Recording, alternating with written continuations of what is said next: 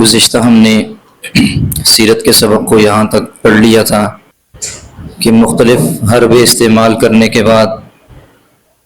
کفار مکہ، خاص طور پر قریش کے جو سرداران تھے، ان کو جب کامیابی نہ ملی کسی بھی طریقے سے، تو انہوں نے آپ صلی اللہ علیہ وسلم کے خلاف فیصلہ کن معاملہ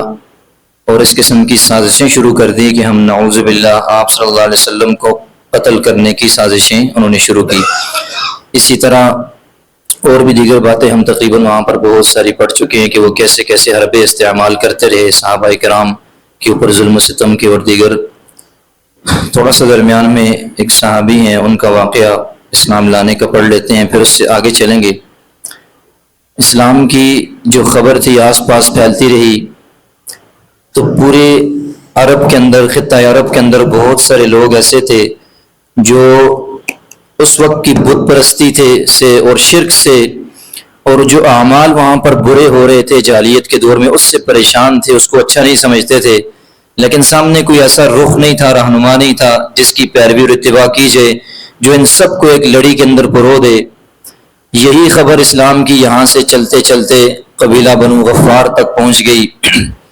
سیدنا ابو ذر ہیں رضی اللہ تعالیٰ عنہ، بڑے اللہ والے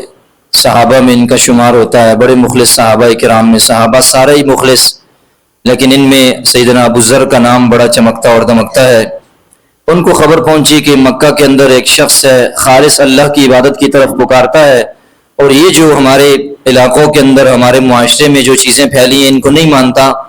تو اپنے بھائی انیس کو بھیجا کہ جاؤ ذرا خبر لے کر کے آؤ، واقعتاً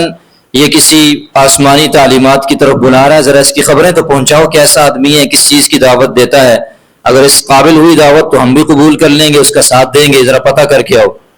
ان کے بھائی تشریف لائے، آپ صلی اللہ علیہ وسلم سے ملاقات ہوئی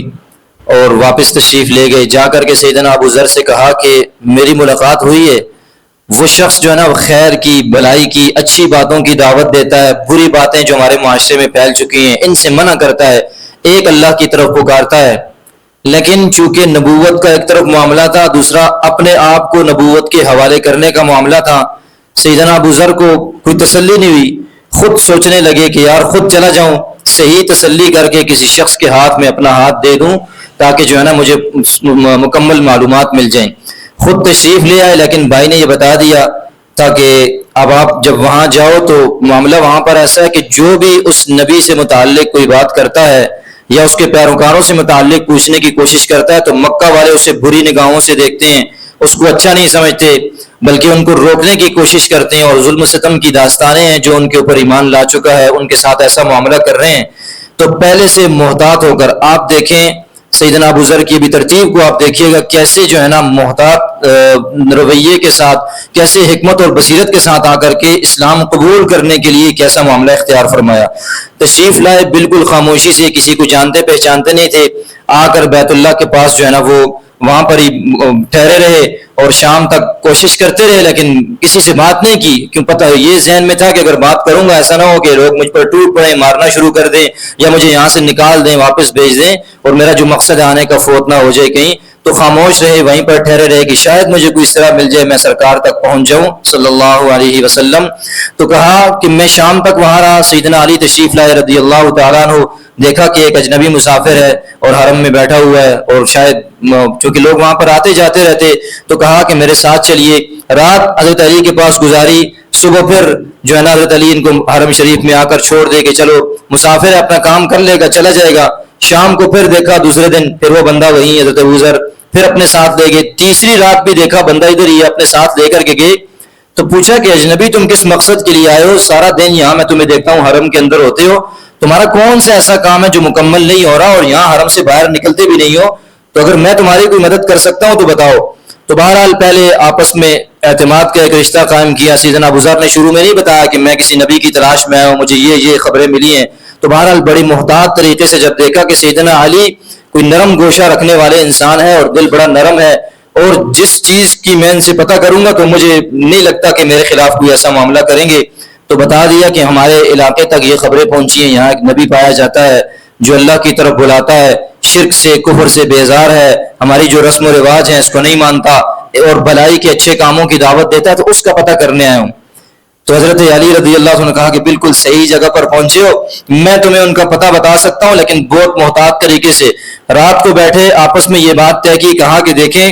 جب صبح میں آپ کو، چونکہ ہم پیچھے پڑ چکے ہیں کہ دار ارقم کے اندر بالکل کوہ صفا کے پاس، صفا کی پہاڑی کے پاس وہاں مکان میں ٹھہرا کرتے تھے، وہیں تعلیم اور تبلیغ کا کام ہوتا تھا۔ تو سیدنا علی نے کہا کہ دیکھیں صبح میں آپ کو وہاں تک پہنچاؤں گا، لیکن طریقہ کار یہ ہوگا، آپ دیکھیں کیسے محتاط طریقے سے اس معاملے کو وہاں تک پہنچا رہے ہیں۔ فرمایا کہ میں آگے چلوں گا، آپ راستے میں میرے پیچھے چلیں گے، لیکن راستے میں چلنے والوں کو یہ گمان بھی نہ ہو، یہ احساس بھی نہ ہو کہ آپ اور میں اکٹھے کسی ایک مقصد کی طرف، ایک منزل کی طرف جا رہے ہیں۔ اتنا فاصلہ رکھ کر جو ہے نا مجھے فالو کریں گے، میرے پیچھے چلتے رہیں گے۔ اور کہا کہ میں اگر سمجھا اس بات کو کہ شاید ہمارا کوئی تعاقب کر رہا ہے، ہمارے پیچھے آ رہا ہے، یا کوئی ہمارے اوپر نگرانی کر رہا ہے، یا کسی کو پتہ چل گیا کہ یار یہ دو بندے کسی خاص منزل اور مقصد کی طرف جا رہے ہیں، تو پھر میں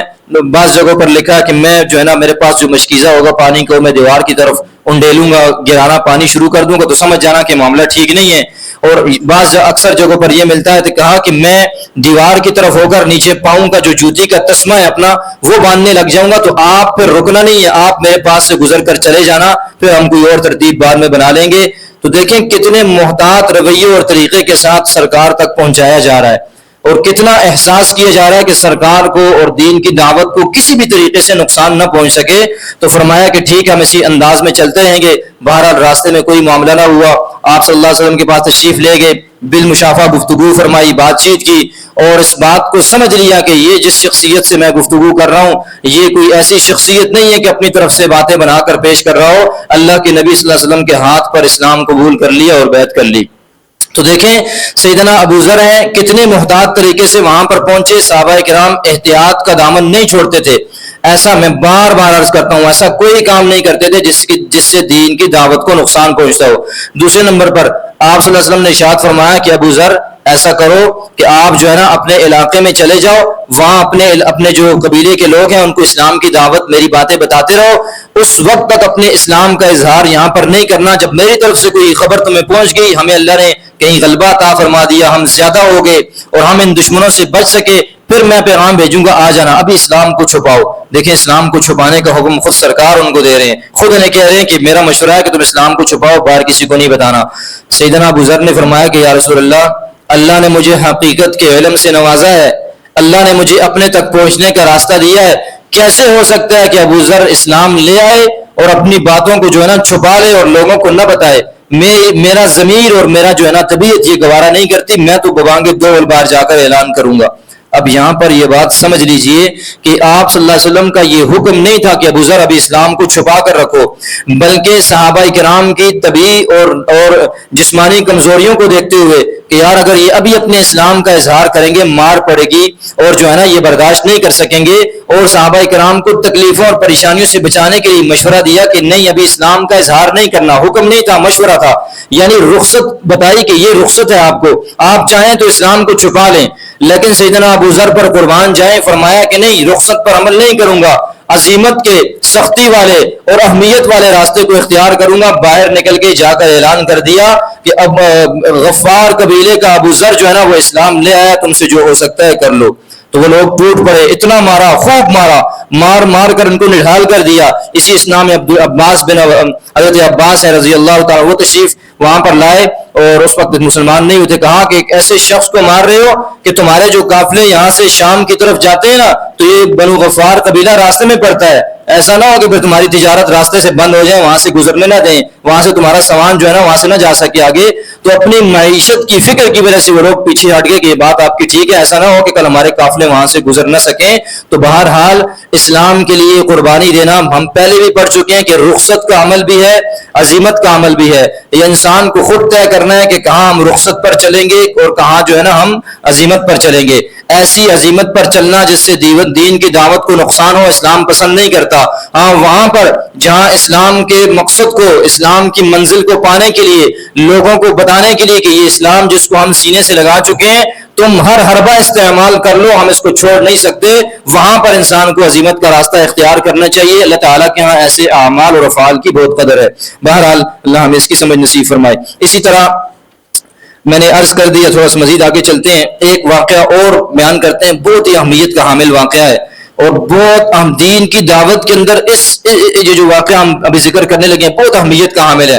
اور اس سے اسلام کی جو اٹھان ہے وہ اس کے بعد جو شروع ہوتی ہے وہ اس واقعے کے بعد شروع ہوتی ہے۔ کفار نے دیکھ لیا کہ یار یہ تو معاملہ ہمارے قابو سے باہر ہے، یہ ٹھیک نہیں ہو رہا، انہوں نے جو ہے نا، اور ہم پچھلے سبق میں بالکل آخر میں ہم نے پڑھ لیا کہ بنو ہاشم اور بنو عبد المطلب جو تھے انہوں نے مل کر کے کافر تھے یا مسلمان تھے، دونوں نے جو ہے نا آپ صلی اللہ علیہ وسلم کی حفاظت کا بیڑا اٹھا لیا، اور جتنے بھی یہ افراد تھے ان کے علاوہ ابو لہب کے علاوہ جو ہے نا باقی سارے کے سارے وہ آپ صلی اللہ علیہ وسلم کی حفاظت کے لیے جو ہے نا کہ ہم ان کی حفاظت کریں گے، ہم ان کو کافروں کے اور ان مشرکوں کے حوالے نہیں کریں گے۔ تو جب یہ صورتحال دیکھی تو اب قریش مکہ نے ایسا خطرناک، ایسا تکلیف دہ فیصلہ کیا کہ اس کو سن کر بھی، اس کو پڑھ کر بھی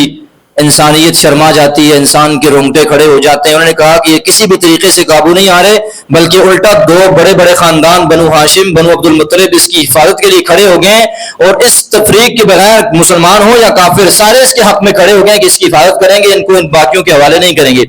بیٹھے مشورہ کیا کہ یہ جو دو خاندان ان کے حق میں کھڑے ہو گئے، ان کے ساتھ جو ہے نا ہم ایسا معاملہ کرتے ہیں،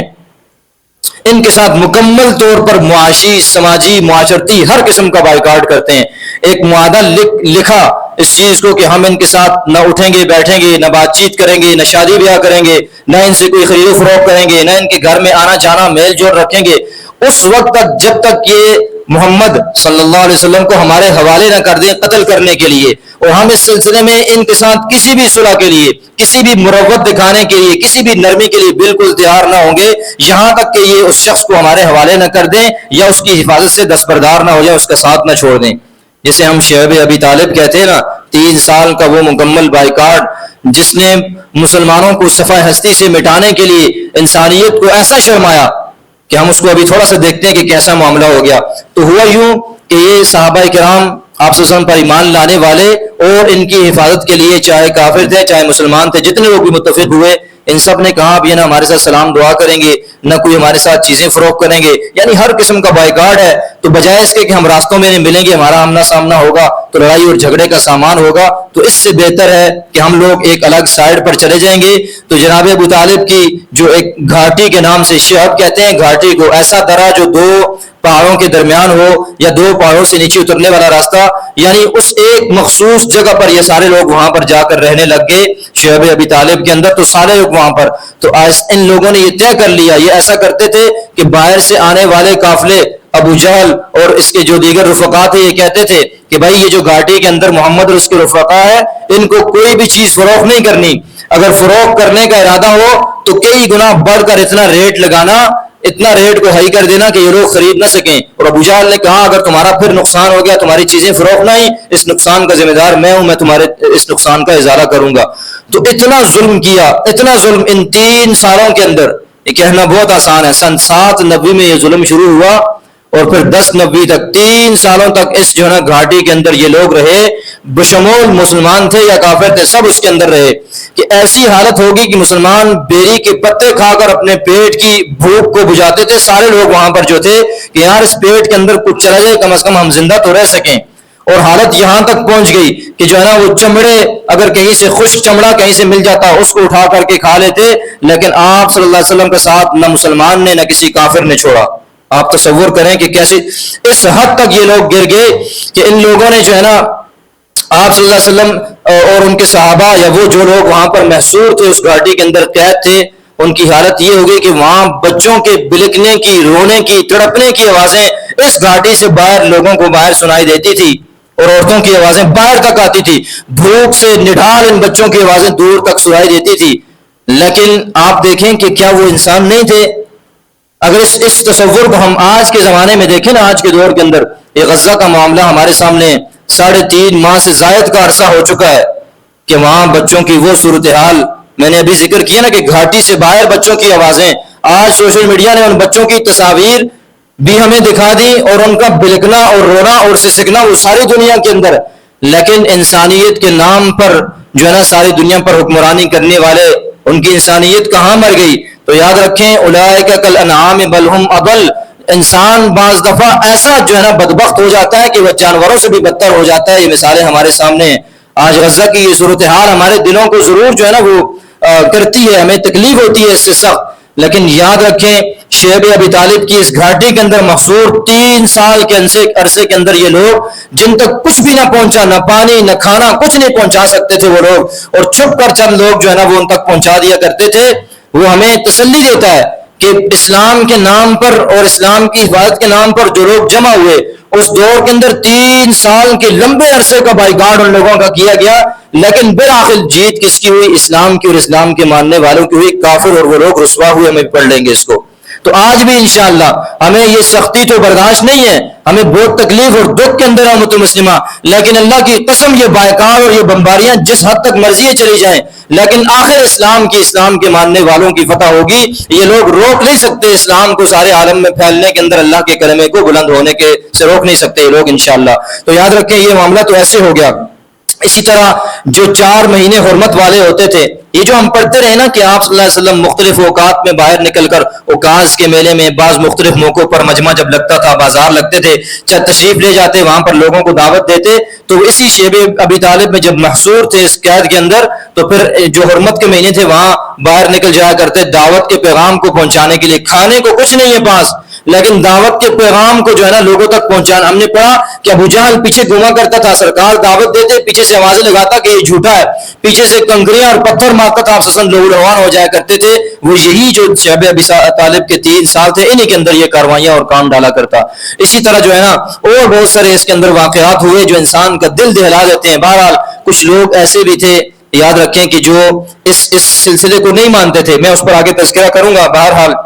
کہ یہ کیسے یہ معاملہ, اس سے ہم اسباب جو نکلتے ہیں اس کے اندر تذکرہ کر دوں گا پھر. تو بہرحال حکیم بن حزام ہے, اس طرح اور ہشام بن عمر ہے, اس طرح بہت چند لوگوں کے نام آتے ہیں جو چھپ چھپ کر ان تک جو ہے نا راشن پہنچا دیا کرتے تھے, کبھی راتوں کو, کبھی اس طرح, چونکہ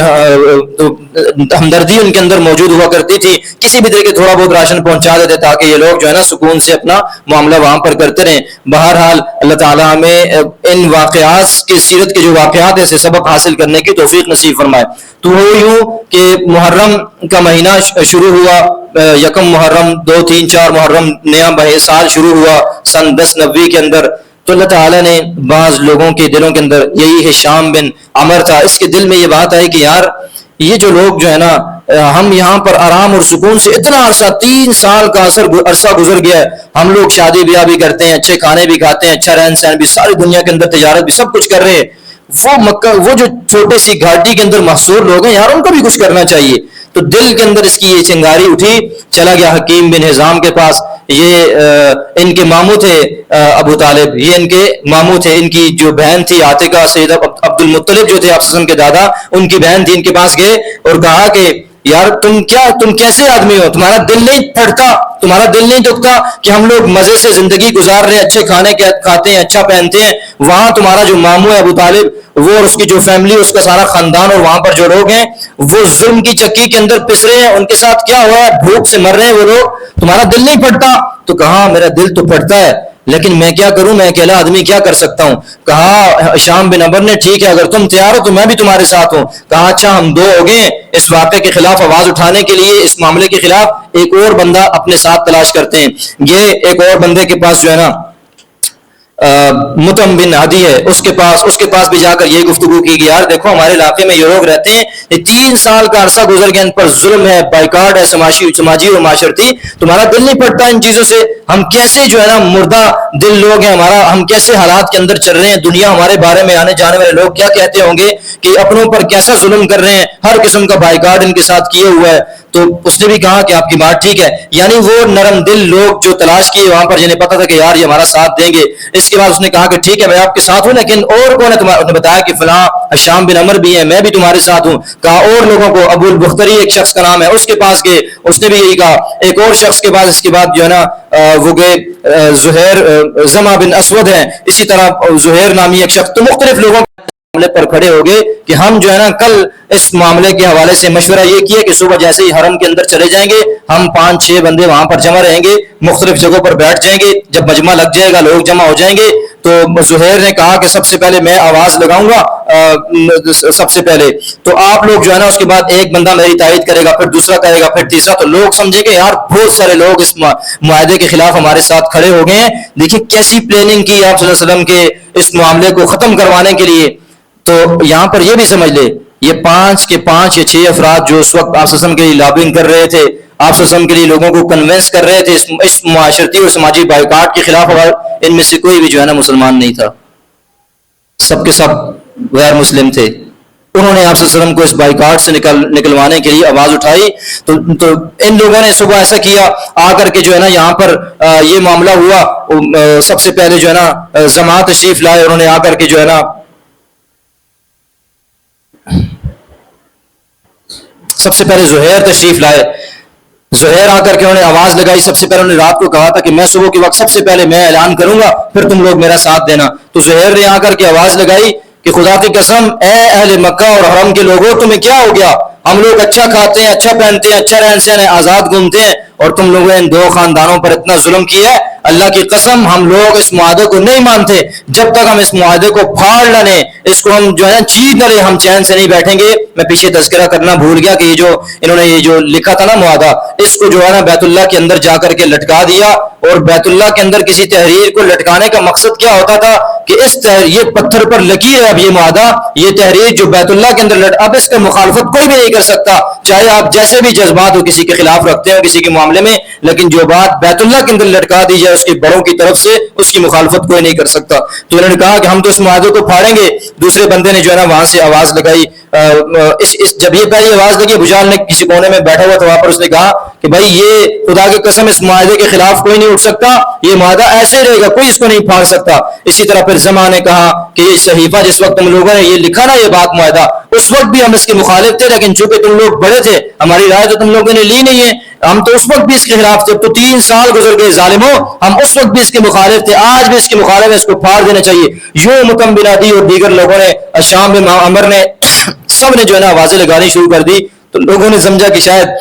سب لوگ اس کے مخالف ہیں۔ ابو جہل سمجھ گیا اس معاملے کو، اس نے کہا کہ نہیں، یہ معاملہ تو مجھے یوں لگتا ہے کہ اس کا مشورہ یہاں سے پہلے کسی اور جگہ پر تم لوگوں نے کیا ہے، اور آ کر کے اب یہاں مختلف جگہوں پر کھڑے ہو گئے ہو۔ بہرحال ایک طرف تو اللہ نے ان لوگوں کے دلوں میں ڈالا، یہ لوگ وہاں پر بیت اللہ کے آس پاس کھڑے ہو گئے، لوگوں نے آواز لگانی شروع کی۔ دوسری طرف معجزاتی طور پر ایک معاملہ اور بھی ہوگا اسی اسنا میں، اسی رات میں یہ معاملہ ان لوگوں نے آپس میں طے کیا اور صبح آ کے آواز لگائی۔ ادھر اسی رات کو اللہ تعالیٰ نے آپ صلی اللہ علیہ وسلم کو وحی کے ذریعے، جبرائیل کے ذریعے خبر بتلا دی کہ وہ جو معاہدہ ان لوگوں نے بیت اللہ کے اندر لٹکایا تھا، اللہ نے اس پر ایسے کیڑے یعنی دیمک بھیج دیے جس نے سارے معاہدے کو کھا کر چاٹ کر دیا، ختم کر دیا، سوائے جہاں پر اللہ کا نام لکھا ہوا تھا وہ رہ گیا اس معاہدے کے اندر، باقی سب کچھ اس کا ختم ہو چکا ہے۔ تو آپ صلی اللہ علیہ وسلم نے اپنے چچا ابو طالب سے کہا کہ چلیں 3 سال ہو گئے آپ لوگوں نے ہمارے ساتھ اتنا تعاون کیا، میرا خیال میری وجہ سے اتنی قربانی برداشت کی، تو اللہ نے مجھے یہ بات جو ہے نا وحی کے ذریعے بتلا دی ہے، آپ جائیں حرم کے اندر اعلان کر دیں کہ میرے بھتیجے نے مجھے یہ بات بتلائی ہے، اگر یہ بات غلط ہو تو پھر ہم اس کی حفاظت سے دستبردار ہیں، آپ جانیں آپ کو محمد کے سامنے چھوڑ دیا جائے گا، آپ جو کرتے ہیں ان کے ساتھ کرنا چاہیں، ہم درمیان میں سے ہٹ جائیں گے۔ ابو طالب نے کہا بالکل بات تو تمہاری ٹھیک ہے، لیکن بھتیجے دیکھ لو، کہا نہیں اللہ نے بتایا آپ تشریف لے جائیں۔ جب یہ آوازیں یہاں پر لگنی شروع ہوئی، یہ بات چیت ہو گئی، ابو طالب تشریف لائے، لا کر کے کہا کہ دیکھو قریش کے لوگوں، سرداروں، ابو جہل کو بھی مخاطب کیا کہ میرے بھتیجے نے مجھے یہ بات بتائی ہے، اور انہیں پتا تھا کہ یہ لوگ تو وہاں سے نکل کر یہاں آئے نہیں ہیں، وہ تو گاڑی کے اندر قید ہے، اس نے یہ بات بتلائی ہے کہ اللہ نے اپنی طرف سے کیڑوں کو، دیمک کو اس پر ان پر مسلط کر دیا، وہ ساری تحریک کھا گئے، صرف اللہ کا نام باقی ہے، اگر یہ بات اس کی جھوٹ ہو تو ہم اس کے تمہارے درمیان سے ہٹ جائیں گے، جو معاملہ تم کرو، اور اگر واقعتاً اس کی بات سچی ہوئی پھر اس قید و بند کا جو سلسلہ اور اس بائیکاٹ کا سلسلہ تم لوگوں نے جو ظلم کا شروع کیا ہے اس کو اب ختم ہونا چاہیے۔ تو لوگوں نے بھی آوازیں لگائیں، ابو جہل نے بھی کہا کہ بات تمہاری ٹھیک ہے، کیونکہ اس کو پتا تھا کہ ایسا ہو نہیں سکتا، کیونکہ وہ تو ایمان نہیں رکھتا تھا۔ تو جب یہ جو شخص تھا مطعم بن عدی، اس نے اٹھ کر کے دیکھا کہ یہ بات جو ہے نا، دیکھتے ہیں جا کر کے جو ہے نا اس کی بات ٹھیک ہے یا غلط ہے، جا کر کے دیکھا تو واقعتاً وہی معاملہ تھا کہ دیمک نے سارے معاہدے کو کھا کر ختم کر دیا، صرف اللہ کا نام اس کے اوپر باقی تھا۔ تو اس نے جو ہے نا نعرہ بلند کیا کہ محمد کی بات تو سچی ہو گئی، قریش کے لوگوں تم لوگ جھوٹے تصور کیے جا چکے، اللہ بھی نہیں چاہتا کہ یہ معاملہ جو تم لوگ ان کے ساتھ کر رہے ہو بائیکاٹ کا، یہ مزید باقی رہ سکے، ہماری بات بالکل ٹھیک ہے۔ اب یہاں پر دیکھیں، اپنی آنکھوں سے دیکھ لیا، اپنے کانوں سے قریش کے کافروں نے، مشرکوں نے دیکھ لیا کہ یہ معجزاتی طور پر یہ معاملہ ہو گیا، ورنہ اس کی خبر تو خود قریش کو، خود کافروں کو بھی نہیں ہے، تو وہاں گھاٹی کے اندر قید ایک شخص کو کیسے ہو سکتی ہے؟ تو اس سے اندازہ لگا سکتے تھے کہ بھائی یہ اللہ کی طرف سے وحی کے ذریعے بتلایا گیا. لیکن ہم نے قرآن میں بار بار اس بات کو پڑھ لیا کہ قریش مکہ آپ وسلم سے مختلف معجزات کا مطالبہ کرتے رہتے تھے، لیکن ان کے سارے مطالبوں کو اللہ نے نہیں مانا. بہت سارے مطالبات پر چیزیں دکھا دی، جو نا چاند دو ٹکڑے ہو گیا اور مختلف چیزیں تو سامنے آتی رہی، لیکن دیکھیں اپنی آنکھوں سے دیکھنے کے بعد، کانوں سے سننے کے بعد بھی یہ لوگ ایمان نہیں لاتے تھے. وَإِن يَرَوْا آيَةً يُعْرِضُوا سورۃ القمر کے اندر اللہ نے فرمایا وَإِن يَرَوْا آيَةً يُعْرِضُوا يَقُولُوا سِحْرٌ مُسْتَمِرٌ. اگر یہ ہر المعجزے کو، نشانی کو اللہ کی طرف سے کرنے والی اپنی آنکھوں سے دیکھ لیں تو پھر بھی یہ نعرہ بلند کریں گے، یہ بات کہیں گے کہ یہ تو جادو ہے، اس سے منہ موڑ لیں گے، اس پر ایمان پھر بھی نہیں لائیں گے. تو ایسے بدبخت لوگ جن کے دلوں پر اللہ مور لگا دیتا ہے ان کے گناہوں، نافرمانیوں، حق کے راستے میں رکاوٹ بننے کی وجہ سے، کہ وہ حقائق کو بالکل معجزات کو سامنے دیکھ کر بھی پھر ایمان نہیں لاتے، انہیں کے اندر یہ لوگ بھی شامل تھے. اب دیکھیں یہ سارا معاملہ جتنا بھی ہوا، شیخ ابی طالب کا 3 سال کا عرصہ اس میں گزرا ہے. ہم نے تو اس کو 20 منٹ میں 15 منٹ میں پڑھ لیا. اللہ کی قسم یہ رونگٹے کھڑے کر دینے والا، یہ دلوں کو توڑ دینے والا، دلوں کو ہلا دینے والا. اور اگر انسان کے دل کے اندر وہ نرمی جو اللہ نے رکھی ہے، انسان کا دل ہو، کسی جانور سے بدتر دل نہ ہوا ہو، تو انسان کو ایسا نرم کر دے کہ انسان پھوٹ پھوٹ کر رو پڑے. کہ ایسے حالات اسلام کے لیے صحابہ کرام نے جو ہے نا برداشت کیے. اب یہاں سے میں چند اسباق آپ کے سامنے سارے واقعے سے، بہت سارے اتنے صفحات لکھے ہیں، 100 200 بعض لوگوں نے اس کے اوپر جو ہے نا پوری کتابیں لکھی کہ شیخ ابی طالب پہ جو وقت گزارا اس سے کتنے اسباق امت مسلمہ کو ملتے ہیں. میں سارے تو ذکر نہیں کر سکتا، میں چند ایک کی طرف اشارہ کر دیتا ہوں. یہ کتنی اہمیت کا حامل معاملہ ہے. نمبر 1، ہم نے عربوں سے متعلق پڑھا کہ یار آپ صلی اللہ علیہ وسلم کے آنے سے پہلے زمانہ جاہلیت اور برے لوگ اور بدبخت لوگ. میں نے پہلے بھی جاہلیت کے عربوں کی صفات آپ کے سامنے رکھی تھی کہ باوجود ہم اس کو جاہلیت کا دور کہتے ہیں، بہت ساری اچھی باتیں بھی تھی. اسی طرح اس واقعے سے آپ اندازہ لگائیں کہ 5 کافر ہیں، ان میں سے صرف 2 بعد میں مسلمان ہوئے، 3 پھر بھی کافر رہے، 2 مسلمان ہوئے، ہشام بن عمر اور اسی طرح دوسرا نام جو ہے نا وہ غالباً زہیر کا آتا ہے، کسی اور کا آتا ہے. ان میں سے صرف 2 مسلمان ہوئے، بہرحال باقی 3 مسلمان بھی نہیں ہوئے. اور اس وقت جب یہ مسلمانوں کے لیے لابنگ کر رہے تھے کافر تھے. تو اس سے یہ پتہ چلتا ہے کہ بھائی ہر معاشرہ نہ 100% ٹھیک ہوتا ہے، نہ ہر معاشرہ 100% غلط ہوتا ہے. ہر معاشرے کے اندر اچھے لوگ بھی ہوتے ہیں، برے لوگ بھی ہوتے ہیں. ہر قوم کے اندر، ہر قبیلے کے اندر، ہر علاقے کے اندر، ہر زبان کے اندر، ہر معاملے کے اندر اچھے اور برے لوگ موجود ہوتے ہیں. کسی بھی معاشرے کے اوپر اگر ہم یہ انگلی اٹھا کر کے کہہ دیں کہ یار یہ 100% غلط معاشرہ تھا، نہیں ہو سکتا. اچھے اور زندہ دل لوگ ہر معاشرے کے اندر، ہر علاقے کے اندر موجود ہوتے ہیں. مثالیں ہمارے سامنے ہیں کہ جاہلیت کے زمانے کے لوگ اور آپ وسلم پر ایمان بھی نہیں لائے، وہ بھی اس بائیکاٹ کے خلاف ہو گئے. ان کے دل کے اندر بھی جو ہے نا یہ سچائی کو، حقیقت کو ماننے کی یہ باتیں اور آوازیں تھی. اور آج کے دور سے اگر اس کا کمپیریزن کریں تو آپ دیکھیں کہ جو مغرب کے اندر اور دیگر کافروں کے ممالک کے اندر غزہ کے حق میں اور خود اسرائیل کے اندر جو ہے نا غزہ کے حق میں مظاہرے ہو رہے ہیں اس جنگ کو ختم کرنے کے لیے، ظلم و ستم کو، تو اس سے پتہ چلتا ہے کہ مغرب کا سارا معاشرہ ایسا نہیں ہے کہ وہ سب کے سب اسلام کے مخالف ہیں، وہ سب کے سب انسانیت سے ایسے گرے ہوئے لوگ ہیں کہ انسانوں کی یہ چیخیں اور بچوں پر یہ ظلم، عورتوں پر ان کو نظر نہیں آ رہا. ان کے اندر بھی ایسے زندہ دل لوگ موجود ہیں جو حق کی آواز کو پہچانتے ہیں اور حقیقت کی طرف مائل ہوتے ہیں. تو اس بات کو بھی ہمیں سمجھنا چاہیے. اسی طرح جو ہے نا یہ بات بھی بڑی اہمیت کی حامل ہے کہ قریش مکہ کے جو چند سردار تھے انہوں نے اپنی پوری قوم کو یرغمال بنا کر وہ معاہدہ لکھا اور بیت اللہ کے اندر لٹکا دیا. باقی سارے لوگ ان کے تابع ہو گئے. حالانکہ بہت سارے لوگ اس بات کو نہیں بھی مانتے ہوں گے، لیکن ان 4 5 10 12 سرداروں نے جو ہے سارے قوم کو یرغمال بنایا ہوا تھا. تو اس سے یہ بات بھی سمجھ میں آتی ہے آج جو ہمارا یہ جو گلوبل ولیج دنیا بنی ہوئی ہے اور UNO اور اس قسم کے جو ادارے قیام عمل میں لائے گئے، ساری دنیا کو ان لوگوں نے ایسے ہی جو ہے نا جکڑ کر کے رکھا ہوا ہے. کیسے کہ جیسے قریش مکہ یہ لوگ انہوں نے سوشل اور سماجی اور معاشرتی ہر قسم کا بائیکاٹ کیا اور سب لوگوں پر بس چسپاں کر دیا، بیت اللہ میں لٹکا دیا. آج یہی حیثیت یو این او کے چارٹر کی ہو گئی ہے جس پر ہم لوگ سائن کیے بیٹھے ہیں. جس شخصیت کو, جس فرد کو چاہتے ہیں دہشت گرد قرار دیتے ہیں, اس کا بائیکاٹ کر دیتے ہیں, اس کو تنہا کر دیتے ہیں دنیا سے. جس تنظیم کے بارے میں چاہتے ہیں اس پر دہشت گردی کا لیبل لگا کر اس کو ہٹا دیتے ہیں. جس کے بارے میں کہہ دے کہ یار اس ملک سے ہمارا کوئی تعلق نہیں ہے, ساری دنیا اس کو تنہا کر دیتی ہے. مثالیں ہمارے سامنے ہیں. تو قریشی مکہ کے وہ مشرک, ابو جہل اینڈ کمپنی جتنی بھی تھی, آج یہ یو این او اور اس کے ماننے والے وہ جو بڑے افراد ہیں وہ سب کے سب یہی کردار ادا کر رہے ہیں جو اس دور میں ابو جہل اینڈ کمپنی ادا کر رہی تھی, کہ جس کے بارے میں جو فیصلہ یو این او کر دیتا ہے بس ہم آنکھیں بند کر کے. اور اسی طرح یہ تو افراد کے حوالے سے, ملکوں اور تنظیمات کے حوالے سے معاملہ ہے. اسی طرح وہ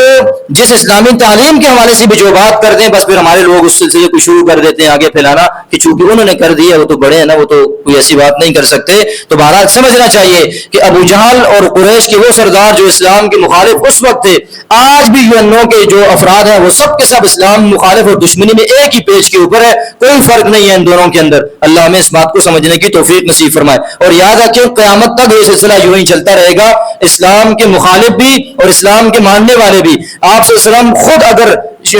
اس گھاٹی کے اندر قید ہو سکتے ہیں اسلام کے نام کے اوپر, تو آج بھی وہ مسلمان جو صحیح حق کے اوپر ڈٹیں گے, جو جہاد کی آواز لگائیں گے, جو کافروں کو نیست و نابود کرنے کی آواز لگائیں گے, کلمہ حق کو, اسلام کے غلبے کی آواز لگائیں گے, یہ کفر اور اس کے معاونین ان کے ساتھ یہی کام کریں گے جو ابو جہل اور اس کے لوگوں نے وہاں پر کیا تھا. اسی طرح ایک بات اور مزید سمجھ لیجئے, یہاں پر دو رخ ہیں. ایک ہی معاشرے کے اندر دو قسم کی پارٹیاں پائی جا رہی ہیں. یہ بہت اہمیت کی حامل بات ہے, ذرا ذہن کے اندر بٹھانا چاہیے, اور بہت اہمیت ہے. ہمارا بہت سارے معاملات اس سے حل ہوں گے. ایک چیز ہے جو ابو جہل اور اس کے رفقا نے اپنی قوم کو دکھائی کہ یار یہ مسلمان یہ آپس میں لوگوں کو توڑ رہے ہیں,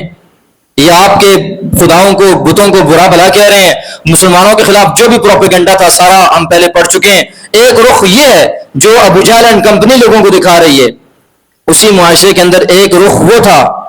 جو وہ 5 افراد شام بن عمر کی سرکردگی میں جن کا ہم نے تذکرہ بھی پڑھا, جو انہوں نے دوسرے زاویے سے اس رخ کو دیکھا کہ یار ظلم ہو رہا ہے ان کے اوپر,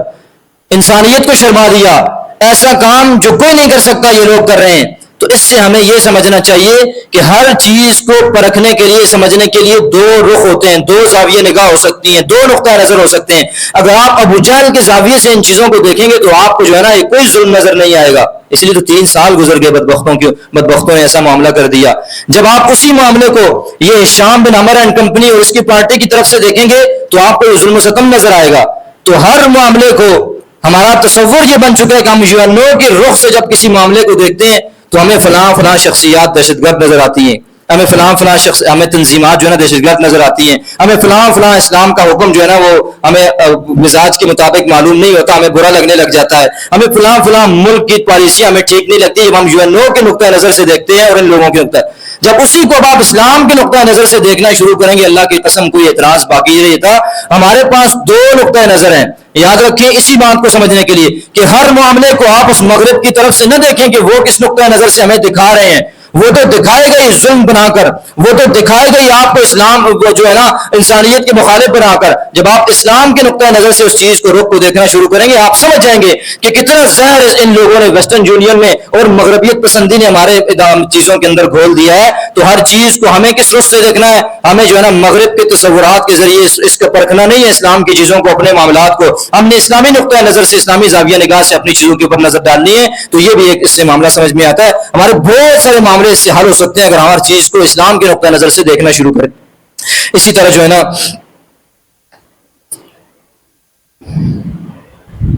اس بات کو ہم تھوڑا سا تذکرہ کر چکے ہیں, بس ختم کرتا ہوں کہ یہ جو 3 سال کا یہ بائیکاٹ ہے اس کے اندر ہمارے پاس دیکھتے ہیں کہ مسلمانوں کے سامنے 2 راستے تھے. آج بھی افغانستان کا معاملہ ہو, اسی طرح جو ہے نا ابھی جو غزہ کا معاملہ ہے, یہ ہمارے سامنے کے معاملے میں اس لیے ان کو ذکر کرتا ہوں آپ کے سامنے کہ اس وقت مسلمانوں کے پاس 2 راستے تھے. نمبر 1 کہ یار ہم اللہ پر ایمان لا چکے ہیں, اب ہمیں کیا ضرورت ہے مسلمانوں کے ساتھ یہاں پر ساتھ دینے کی اور یہاں اس گھاٹی میں رہنے کی, بس ایمان لے آئیں تو تھوڑی عیش کی زندگی گزار لیں گے, تھوڑا کمپرومائز کر لیتے ہیں, تھوڑا حالات ٹھیک ہو جائیں گے تو پھر ٹھیک ہے پورے اسلام پر عمل کر لیں گے.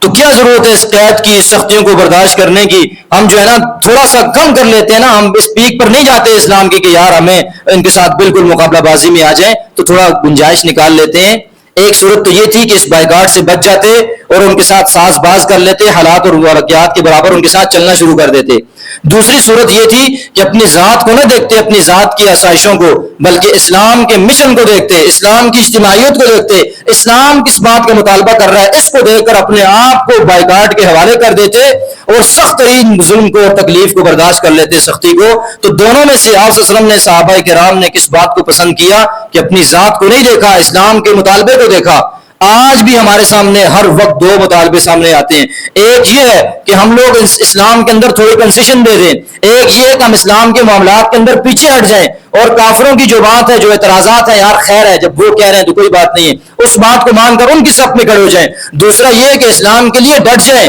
اسلام کے لیے اپنے آپ کو کٹا دیں، تکلیف اور پریشانیاں، سختیاں برداشت کر لے۔ تو اللہ کی قسم شیخ ابی طالب کا یہ واقعہ ہمیں یہ بتاتا ہے، کمپرومائز نہیں کرنا اسلام کے احکامات کے اوپر،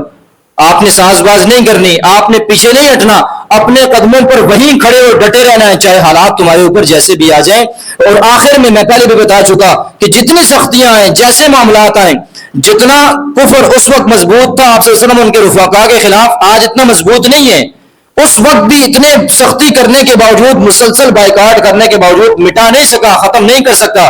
اور نہیں کر سکا، تو آج بھی جتنی سختی مرضی کر لیجیے، اللہ کی قسم یہ لوگ ہمیں مٹا کبھی نہیں سکتے، کیونکہ اللہ نے فرمایا هو الذی ارسل رسولہ بالہدی ودین الحق لیظہرہ علی الدین کلہ، اللہ اس اسلام کو سارے ادیان پر غالب کرے گا انشاءاللہ۔ اور ہمیں احادیث یہ بتلاتی ہیں کہ آخر کے اندر امام مہدی کا دور آئے گا اور یہ سارا سلسلہ ایک پلٹے گا، اور عیسیٰ علیہ السلام اور امام مہدی کے دور کے اندر ساری دنیا سے کفر کا، ظلم کا، شرک کا، سب چیزوں کا خاتمہ ہو کر اللہ سارے عالم کے اندر اسلام کا جھنڈا بلند کرے گا۔ تو ہمیں پریشان ہونے کی ضرورت کیا ہے؟ ہاں اگر سختیوں، پریشانیوں، تکلیف میں جان چلے گی، جان تو اپنے وقت پر ویسے ہی جانی ہے، اگر اسلام کے لیے لگ گئی تو اللہ تعالیٰ کی، اللہ کی قسم یہ آخرت میں ہمارے لیے بڑے اجر کا باعث بنے گی۔ اور مرنا تو سب نے ویسے ہی ہے، گھر میں بیٹھے رہیں یا وہاں چلے جائیں، میدان میں کھڑے رہیں، تو ہر صورت میں تو کیا، تو ہم نے اللہ کے پاس تو جانا ہی ہے، تو اللہ ہمیں استقامت کے ساتھ زندگی گزارنے کی توفیق نصیب فرمائے۔ اسی طرح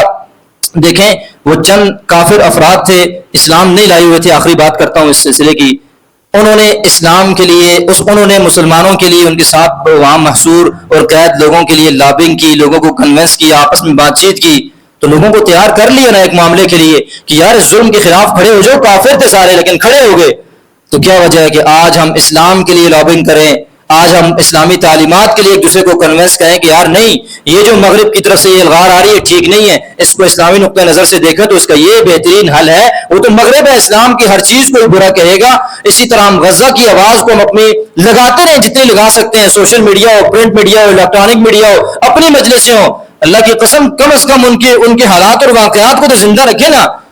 تو ہم اپنی لابنگ کے ذریعے بھی اس معاملے کو زندہ رکھ سکتے ہیں، جیسے کہ ان لوگوں نے کافر تھے لیکن مسلمانوں کے حق میں اپنی آواز اٹھائی اور کامیاب ہو گئے۔ تو آج ہم کچھ نہیں کر سکتے، جو کر سکتے ہیں وہ تو ہمارے بس میں ہے نا، تو ہمیں وہ کرنا چاہیے۔ ہم نہیں لڑ سکتے جو ہے نا غزہ کے اندر ان کے لیے جا کر کے، ہم فلسطین نہیں جا سکتے، تو ہمارے بس میں اپنی زبانوں کو کھولنا تو ہے نا۔ ایسا تو نہیں ہے کہ اس رواں کے اندر بہ جائیں جو ہمارے ملحد اور لبرل کہہ رہے ہیں، اور ہمارے وہ لوگ بھی جو اپنے آپ کو اسلامک اسکالر کہہ رہے ہیں کہ بہتر یہ ہے کہ جو منصوبہ ٹرمپ اور امریکہ پیش کر رہا ہے اور اسرائیل پیش کر رہا ہے کہ یہ سارے کے سارے 20 لاکھ لوگ یہاں سے نقل مکانی کر کے شام کے اندر اور مصر کے اندر اور دیگر علاقوں کے اندر چلے جائیں اور یہ خطہ یہودیوں کے لیے چھوڑ دیں۔ ہمارے بھی بعض لوگ، بعض نام نہاد اسکالر جو اپنے آپ کو وقت کا جو ہے نا بہت بڑا مجدد بھی سمجھتے ہیں، وہ یہ کہہ رہے ہیں کہ بھائی اس سے تو بہتر ہے کہ یار مرنے سے وہاں چلے جائیں گے، زندہ رہ جائیں گے۔ ہائے تمہیں تو اسلام کی اور سیرت کی تو ہوا بھی نہیں لگی، تمہیں تو یہ بھی نہیں پتا کہ اسلام کے لیے اور مسلمانوں کے لیے اس مقدس جو ہے نا اس جگہ کی حیثیت کیا ہے، بیت المقدس کی اور اس سرزمین کی حیثیت کیا ہے۔